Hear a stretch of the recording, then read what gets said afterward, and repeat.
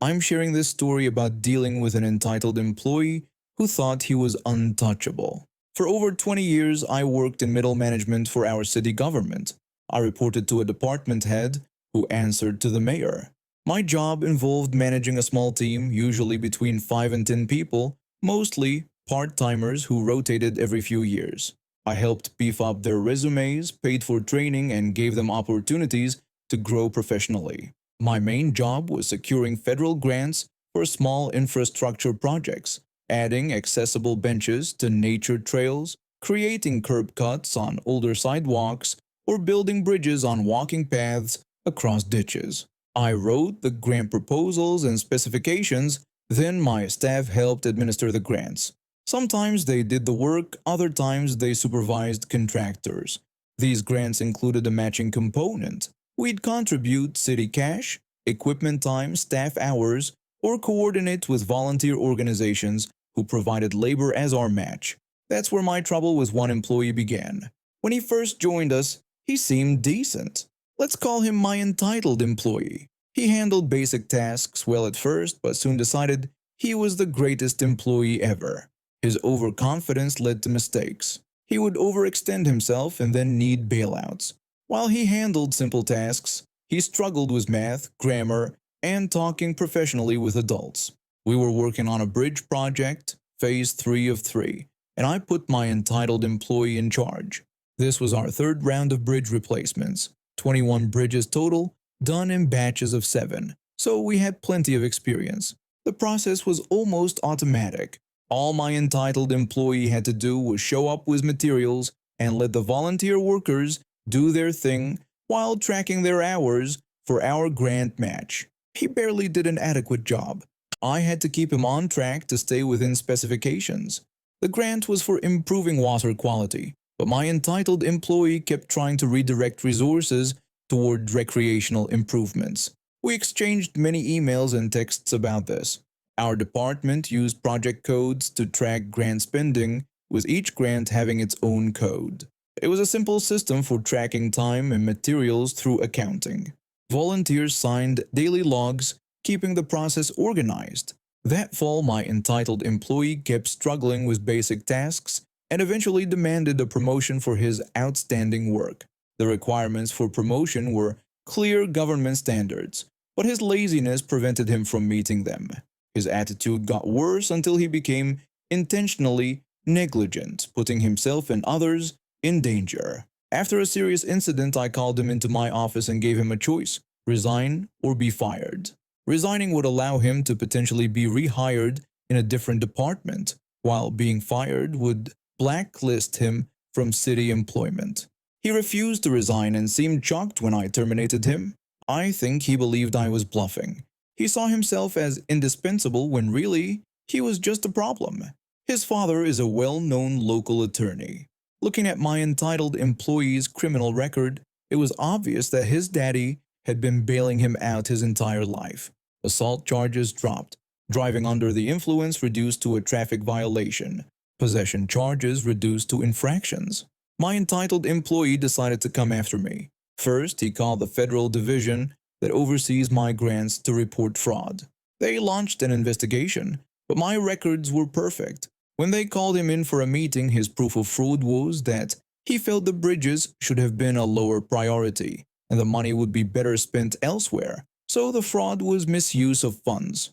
What he failed to mention was that the grant specifications had been followed precisely by him. He had tried to divert funds, and I had stopped him. I had written evidence of everything. The project he accused of fraud was our showcase success story, included in a slideshow presentation to the state legislature showing the grant program's effectiveness. During the meeting with federal investigators, they asked my entitled employee about his fraud allegations. He admitted he was alleging fraud on a project he managed himself. They asked about this contradiction, and he tried to argue that the money should have been used differently. The federal investigator told him that federal grants must be used exactly as specified in the approved applications. When my entitled employee tried to argue more, the investigator pointed out that the documentation showed he was the one trying to violate grant terms and that I had prevented it. The investigator said there was no evidence of fraud except what my entitled employee had tried to commit himself. The federal investigators and city officials were furious about the waste of time. With my perfect documentation, my entitled employee was forced out of the building. Next, he filed a wrongful termination lawsuit. He told his father about the supposed mistreatment, and Daddy filed the legal paperwork. I contacted the city attorney and sent hundreds of pages of organized documentation with a detailed summary. I was at City Hall when his father walked out of the legal department, apologizing for his idiot son. According to a mutual friend, Daddy told my entitled employee off and withdrew the financial support that had allowed him to survive on part-time work all these years. Around the same time, his wife discovered his affair. Then his mistress got pregnant. Things got rough for him. From what I hear, he's doing better these days, but he learned some hard lessons about entitlement and accountability. His father's protection had shielded him from these lessons for far too long. I saw chaos at a children's movie when I was 15. During the summer when Finding Dory came out, my mom thought it would be nice for us. Me, her, and my baby brother who was about a year old. My other brothers stayed home either with friends or gaming. We got to the theater early as my mom liked to do. This let us get seats and the top row was a clear view. We bought popcorn, drinks, and candy, then sat down. Other families came in after us. There were many children. They outnumbered adults and teenagers 2 to 1. Most parents barely watched their kids who were getting restless before the movie started. As the lights should have dimmed, a theater employee walked in. I couldn't see him through the people below, but I heard him say they would keep the lights on because of all the children, to avoid scaring them. He left, and what followed was my worst movie experience ever. For about 10 minutes, everything was fine. The children watched the start of Finding Dory. But that didn't last. Without darkness to signal quiet time, kids treated the place like a playground. It started with some playing in their rows but grew fast. Soon they were jumping over seats, running through rows, and racing in the aisles. I kept looking between the movie and the chaos, wondering why no staff checked on the noise. It was hard to focus on the movie. Then the real trouble started. One kid kicked another in the mouth, which started a fight between their parents. The parent of the kicked child yelled that the other wild child had attacked their baby and threatened to have them thrown out. The other parent said the kicked child was standing where he shouldn't be and should learn to stay in his seat. The first parent threatened lawsuits over possible lost teeth. The second parent challenged them, saying witnesses saw the other kid start it. The kicked child got Candy to calm down, but by then, it was too late. This seemed to give all the entitled parents permission to criticize others while defending their own kids. During this, a kid threw popcorn in the air and shouted about snow. Other children copied him. Soon popcorn rained on everyone in the lower rows. Those of us at the top mostly avoided it, watching as kernels fell on the people below. A man behind us had enough. He stood up and said this was a movie theater, not a playground, and told parents to control their kids or leave. This made things worse. The entitled parents united against him. A mother told him they paid good money and to be quiet during the film. A father said children were just expressing themselves and that kids will be kids. The man said they were ruining the movie. Another mother told him to leave if he didn't like it since it was a children's movie. The man gave up and went back to his seat. My mother and I sat quietly trying to watch the movie playing behind all this drama. By luck, the children settled down during the action scenes near the end. But we'd missed most of the plot by then. When it ended, my mom and I left quickly. I saw some responsible parents who had kept their children seated and quiet, going to talk to management. I never went back to that theater. I can't watch Finding Dory without thinking of popcorn showers, screaming, and chaos in that suburban movie theater. I wonder if those parents ever realized they did anything wrong. But people like that never think they're the problem. I work from home as a software developer. I moved into this condo building about a year ago with my roommate who works as a nurse with crazy shifts. We chose this place because it seemed perfect. Good location, decent price, nice amenities. The real estate agent forgot to mention how Paper thin the walls are. Our building has strict rules about noise, no vacuuming after 7:30 p.m., no loud parties without notice to neighbors, and no loud music that disturbs others. Most residents follow these rules, except for our neighbor, the drummer. This guy moved in about 3 months after us, and it's been a nightmare. He plays his drums at ridiculous hours, sometimes starting at 11 p.m. when people are trying to sleep. My roommate has gone to work sleep deprived many times because of his late night jam sessions. That's not all. He lets his dog pee in the elevator and doesn't clean it up. I've stepped in puddles twice. He takes up 2 parking spaces, throws cigarette butts off his balcony, and has fights with his girlfriend at 3 a.m. We've tried everything. My roommate and I have left at least 8 notes at his door. I've knocked and tried to talk to him 3 times. Other neighbors have complained to building management. Nothing works. Last weekend was the final straw. We got a letter in our mailbox from him that read, "To my neighbors on the 7th floor, I will be recording music this weekend between 10 a.m., 10 p.m. both Saturday and Sunday. I appreciate your understanding. No apology for past disturbances, no asking if this would bother anyone. Just telling us he would make noise for 24 hours over the weekend like it was his right." I was furious. When I showed the letter to my roommate, I told her I couldn't believe the drummer would send such a note after all the complaints. My roommate said it was ridiculous, especially since it was Super Bowl Sunday weekend, and she had planned to invite friends over. That's when we decided to give him a taste of his own medicine. Super Bowl Sunday was the perfect opportunity. We set up our largest speaker against the wall we share with the drummer. We turned the volume up to maximum, with the bass cranked high. Then we left for a Super Bowl party, leaving the TV blasting for about 5 hours. We put the speaker so only his unit would get the noise, not our other neighbors. It was targeted revenge. When we returned home around 9 p.m., he was waiting in the hallway, fuming. He asked us what that noise was about, saying we had ruined his recording session. I said we were just watching the Super Bowl. The drummer didn't believe it.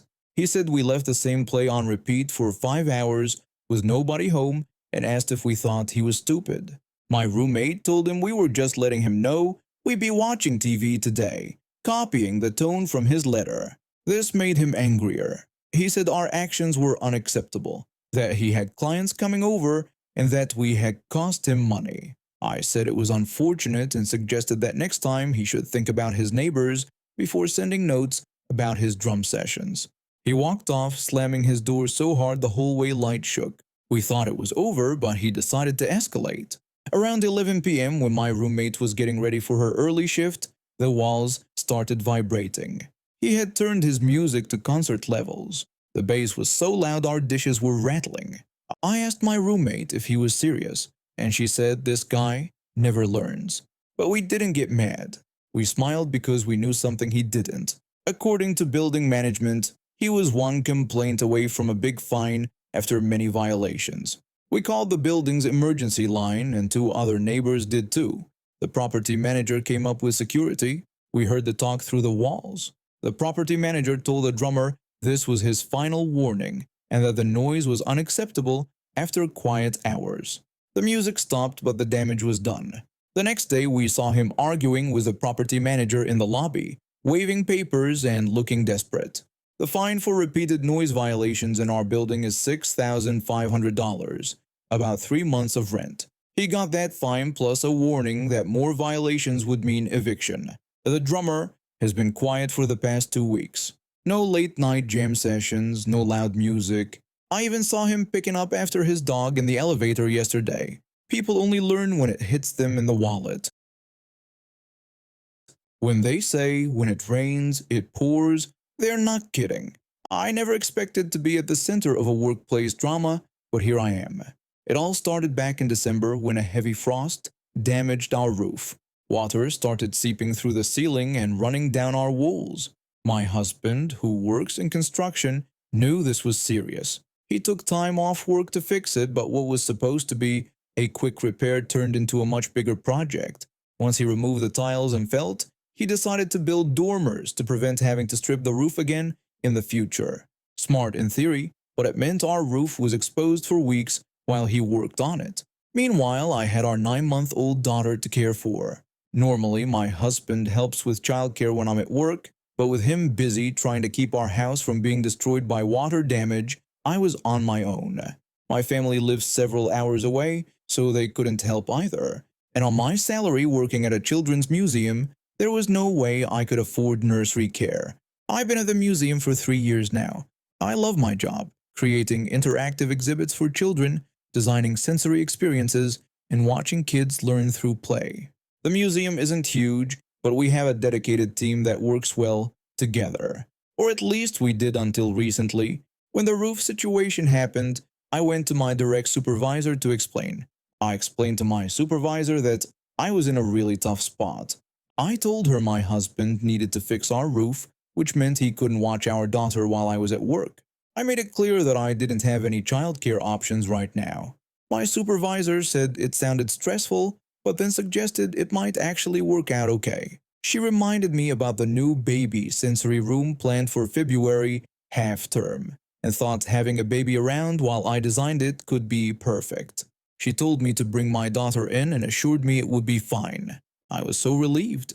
For all of January, I brought my daughter to work. She was content to play in her travel cot or sit in her carrier while I worked.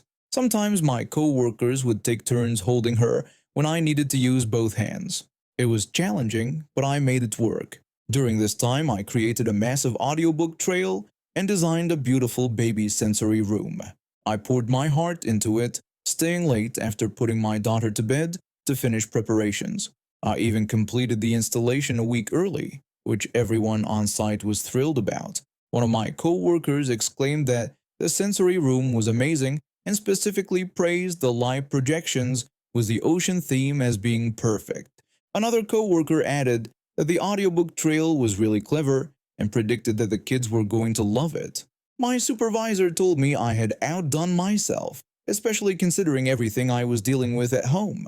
I was feeling proud of what I'd accomplished despite the difficult circumstances. The exhibition was set to launch during February half term, and I was scheduled to be on site for 5 full days to monitor the opening week. Everything was ready to go. Then, the day before I was supposed to start, I received an email that made my blood boil. It was from the CEO, someone who rarely even sets foot in the museum. The email read, "It has come to my attention that you've been bringing your infant to work. This is inappropriate and must stop immediately. Please make alternative arrangements for childcare before returning to work." I stared at the screen in disbelief. After weeks of bringing my daughter with the full knowledge and approval of my direct supervisor, after completing an entire exhibition early and to everyone's satisfaction, this was the response I got from someone who hadn't even seen how I was managing. I replied that I understood. I explained that, unfortunately, as previously discussed with my supervisor, I had no alternative childcare options at that time.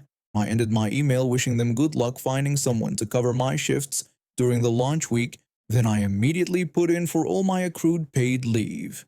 The next day my phone blew up with messages. My supervisor messaged me asking what happened and why I wasn't coming in. I explained that the CEO said I couldn't bring my daughter anymore and I had no other options. My supervisor responded that this was ridiculous, especially since the exhibition was opening the next day. My co-workers were equally outraged. One co-worker sarcastically questioned how I couldn't bring a baby into a baby sensory room, saying it made no sense. Another co-worker worried about who was going to run the exhibition, pointing out that none of them knew how all the audio elements worked. What happened next made me smile. My team decided to play hardball. My supervisor told the CEO directly that if they didn't want a baby in the baby room, it simply wasn't going to get staffed. She explained that none of them knew how to operate the systems I had designed. The CEO tried to backpedal. He said he didn't mean immediately and suggested that perhaps they could work something out temporarily. I declined his offer, stating that I was using my paid leave and looking for freelance workshop opportunities elsewhere. The timing couldn't have been worse for them.